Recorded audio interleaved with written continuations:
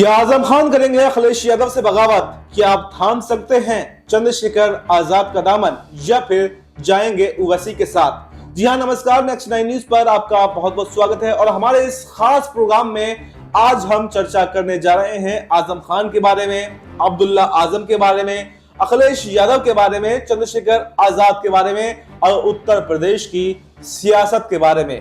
क्योंकि आपको पता है कि 22-23 महीनों से यहाँ पर आजम खान सीतापुर की जेल में बंद है और उनके बेटे अब्दुल्ला आजम हरदोई की जेल में बंद है। लेकिन अभी हाल ही में सुप्रीम कोर्ट से यहाँ पर अब्दुल्ला आजम को और आजम खान को बड़ी राहत मिली है और कई केसों में उनको जमानत भी मिल गई है। लेकिन अभी आजम खान का जेल से बाहर आना तो मुमकिन नहीं है, क्योंकि उन पर और भी अभी मुकदमे जो हैं वो पेंडिंग चल रहे हैं, जिनकी सुनवाई नहीं हो पाई है और उनमें जमानत नहीं मिल पाई है। लेकिन यहाँ पर अब्दुल्ला आजम की रिहाई का रास्ता अब साफ हो गया है और बहुत जल्द 1 या 2 दिन के अंदर यहाँ पर अब्दुल्ला आजम को रिहाई मिलने वाली है। तो अब सवाल यह है कि क्या अब्दुल्ला आजम जेल से बाहर आकर बड़ी बगावत अखिलेश यादव से कर सकते हैं? क्या यहां पर चंद्रशेखर आजाद के साथ में जा सकते हैं या फिर यहां पर ओवैसी के साथ में जा सकते हैं? क्योंकि ये देखा गया कि एक बार चंद्रशेखर आजाद भी यहां पर आजम खान से मिलने के लिए पहुंचे थे। ओवैसी लगातार जो है आजम खान को, अब्दुल्ला आजम को ऑफर दे रहे हैं। तो ऐसे में क्या उत्तर प्रदेश की सियासत में बहुत बड़े उलटफेर होने वाले हैं? क्या 2027 में जो अखिलेश यादव मुख्यमंत्री बनने का सपना देख रहे हैं, क्या उस सपने पर अब पानी फिरने वाला है? क्या आजम खान वो सपना अखिलेश यादव का तोड़ने वाले हैं? और आजम खान आखिर इतनी बगावत पर अखिलेश यादव से क्यों उतरे हुए हैं, जबकि अखिलेश यादव ने अभी जो उपचुनाव हुए थे उत्तर प्रदेश के अंदर, उन स्टार प्रचारकों की लिस्ट में आजम खान का नाम भी शामिल था। तो आखिर ऐसी वजह क्या है? ऐसी आजम खान में, अखिलेश यादव में ऐसा टकराव आखिर क्यों हो रहा है? किस वजह से ये टकराव देखने को मिल रहा है? इन सब तमाम बातों पर हम चर्चा करेंगे। मेरे साथ मेरे सहयोगी मनीष मौजूद हैं। मनीष, मेरा पहला सवाल आपसे रहेगा कि देखा यह जा रहा है कि आज या कल में अब्दुल्ला आजम की रिहाई हो सकती है और ये कहा जा रहा है, सूत्रों के हवाले से खबर सामने आ रही है कि यहां पर रिहाई के फौरन बाद यहां पर अब्दुल्ला आजम, चंद्रशेखर आजाद या फिर ओवैसी से गठबंधन पर बड़ा फैसला कर सकते हैं। तो क्या 2027 में जो अखिलेश यादव ये सपना देख रहे थे उत्तर प्रदेश के मुख्यमंत्री बनने का, तो क्या उस सपने पर पानी फिरने वाला है? जी बिल्कुल। यहाँ पर अगर देखा जाए तो अब्दुल्ला आजम और आजम खान को लेकर लंबे समय से यहाँ पर जिस तरह से कोर्ट के फैसले आते हुए नजर आ रहे हैं, अभी कुछ समय पहले उनको यहाँ थोड़ी सी राहत भी दी गई। तो ऐसे में कहीं ना कहीं देखा जा रहा है कि उनकी रिहाई को लेकर अब ये कयास लगाए जाने लगे हैं कि जल्दी उनकी रिहाई हो सकती है और दोनों को यहाँ पर कोर्ट की तरफ से बड़ी राहत मिलती हुई नजर आ सकती है, जिसके चलते अब कहीं ना कहीं अखिलेश यादव पर भी सवालिया निशान खड़े होते हुए नजर आते हैं, समाजवादी पार्टी पर सवालिया निशान खड़े होते हुए नजर आते हैं। क्योंकि जिस तरह से यहाँ पर आजम खान को लेकर माहौल बनता हुआ नजर आ रहा है, तो स्थिति साफ है कि जेल से बाहर आने के बाद अगर आजम खान, अब्दुल्ला आजम यहाँ पर चंद्रशेखर आजाद से मिलने सीधे चले जाते हैं या ओवैसी से मिलने चले जाते हैं, तो यहाँ पर कहीं ना कहीं अखिलेश यादव और समाजवादी पार्टी के पूरे कुनबे के लिए 2027 का विधानसभा चुनाव लड़ना कहीं ना कहीं मुश्किल में आता हुआ नजर आ सकता है। और ऐसे में अगर यहाँ पर आजम खान की मुलाकात ओवैसी और चंद्रशेखर आजाद में से किसी एक से हो भी जाती है, तो उनकी पार्टी को यहाँ पर कहीं ना कहीं आजम खान के समर्थकों का जो साथ मिलेगा, कहीं ना कहीं जिस तरह से जो राजनीतिक माहौल बदलेगा, जो राजनीतिक समीकरण बदलेंगे, उससे समाजवादी पार्टी को बड़ी ठेस यहाँ पर पहुंचती हुई नजर आ सकती है। लेकिन अखिलेश यादव उस चीज को लेकर किस तरह से तैयारियां कर रहे हैं, या फिर अखिलेश यादव ये सोच रहे हैं कि आजम खान जमानत मिलने के बाद या अब्दुल्ला आजम जमानत मिलने के बाद सीधे उनसे मिलने आएंगे, बातचीत करेंगे, विधानसभा चुनाव को लेकर चर्चा की जाएगी।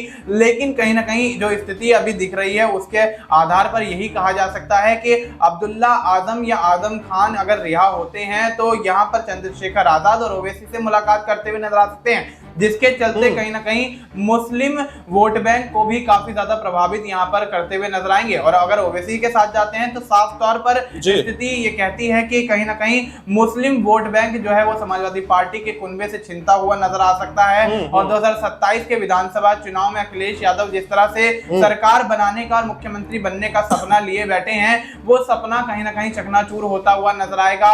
और इन दो नेताओं की बगावत से कहीं ना कहीं समाजवादी पार्टी को उत्तर प्रदेश के 2027 के विधानसभा चुनाव में एक बड़ा झटका लगता हुआ नजर आ सकता है। लेकिन मैं सवाल मेरा यह रहेगा कि आजम खान की आखिर ऐसी नाराजगी क्या है अखिलेश यादव से? आपने देखा जब तक मुलायम सिंह यादव थे तो सबसे करीबी यहाँ पर आजम खान हुआ करते थे, 7-8 बार के विधायक हैं, सांसद रह चुके हैं। उसके बावजूद आखिर अखिलेश यादव ने उनको नजरअंदाज क्यों किया?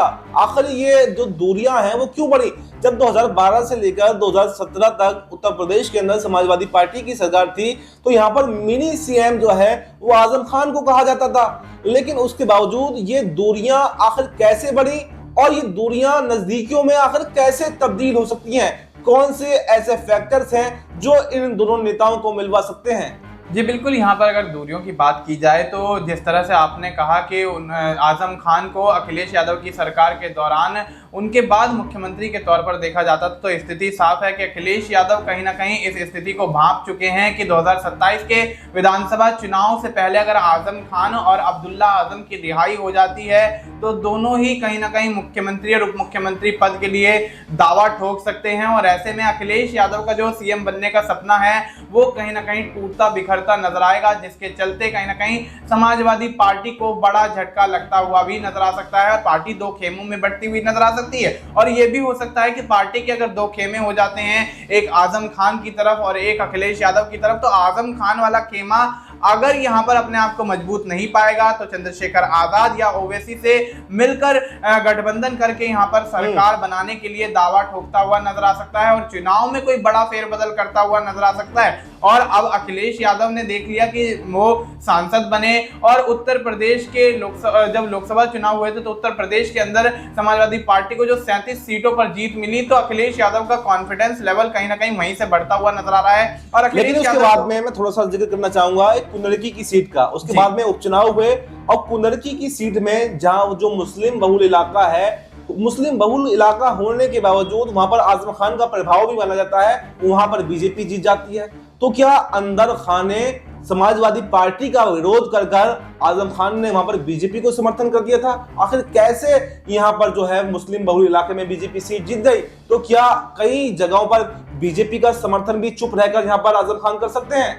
जी बिल्कुल, यहाँ पर ऐसा माना जा सकता है कि कुंदरकी पर जिस तरह से आजम खान का दबदबा माना जाता है और मुस्लिम बहुल इलाका होने के लिहाज से कहीं ना कहीं समाजवादी पार्टी की जीत होना वहां से लाजमी था, लेकिन देखा जाए तो यहाँ पर भारतीय जनता पार्टी कुंदरकी से बड़ी जीत हासिल करती है और समाजवादी पार्टी को बड़ा झटका लगता है। जिस तरह से आप यहाँ पर कहते हुए नजर आ रहे हैं कि यहाँ हो सकता है कि आजम खान ने कहीं ना कहीं भारतीय जनता पार्टी को अंदरूनी तौर पर सपोर्ट किया और समाजवादी पार्टी को महज दिखाने के लिए बाहरी सपोर्ट दिया हो, और हो सकता है कि यही कारण रहा हो कि समाजवादी पार्टी को कुंदरकी सीट से हाथ धोना पड़ा और भारतीय जनता पार्टी ने एक मुस्लिम बहुल इलाके में कहीं ना कहीं अपनी जीत सुनिश्चित की। तो देखिए, ये तो आने वाला समय बताएगा कि आजम खान किसके साथ जाने वाले हैं, लेकिन जेल से रिहाई के बाद में अब्दुल्ला आजम कोई बड़ा फैसला जरूर लेने वाले हैं और 2027 के चुनाव में क्या होगा ये तो वक्त ही बताएगा। फिलहाल इस प्रोग्राम में इतने, इस पर आपको क्या कुछ कहना है कमेंट बॉक्स में अपनी राय जरूर दें और देश दुनिया की तमाम बड़ी खबरों के लिए देखते रहें नेक्स्ट 9 न्यूज।